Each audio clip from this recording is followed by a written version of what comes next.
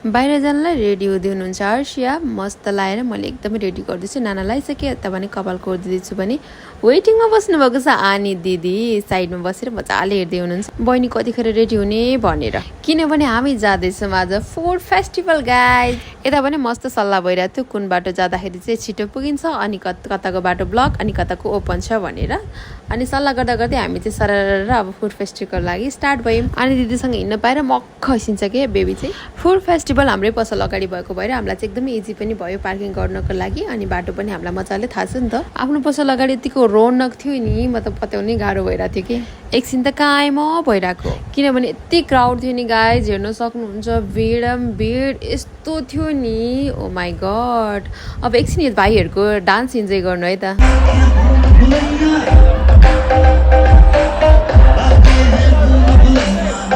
यो भाइहरूको डान्स देखेर चाहिँ हाम्रो पार्टीहरूलाई लस्सी खाने बनाएर छोड्यो हेर्नुहोस् यस्तो खतरा डान्स थियो हामी सबैजना लस्सीको वेटिङमा थियौँ साँच्चै के भन्नुपर्दा एकदमै क्राउड थियो कि हामीले के खाने के नखाने केही पनि मेसो पाइरहेको थियौँ न हाम्रो आँखा अगाडि यो लस्सी आएको भएर हामीले चाहिँ लस्सी नै इन्जोय गऱ्यौँ यता भने आनी र आर्सिया चाहिँ मजाले आफ्नो ब्राउनी इन्जोय गर्दै हुनुहुन्छ बस्ने मेसो पनि नपाएर हामी हाम्रै पसल अगाडि आएर सटर पनि नखोलिकन मजाले बसेर चाहिँ खाइरहेछौँ के न खाउला भन्दै गएको कि यति धेरै कुरा खाम्ला भन्दै गएको तर के सोचेको के भयो बट त्यही पनि एकदमै इन्जोय गऱ्यौँ देख्न सक्नुहुन्छ एकदमै क्राउड थियो आजको लागि यति नै thank you so much for watching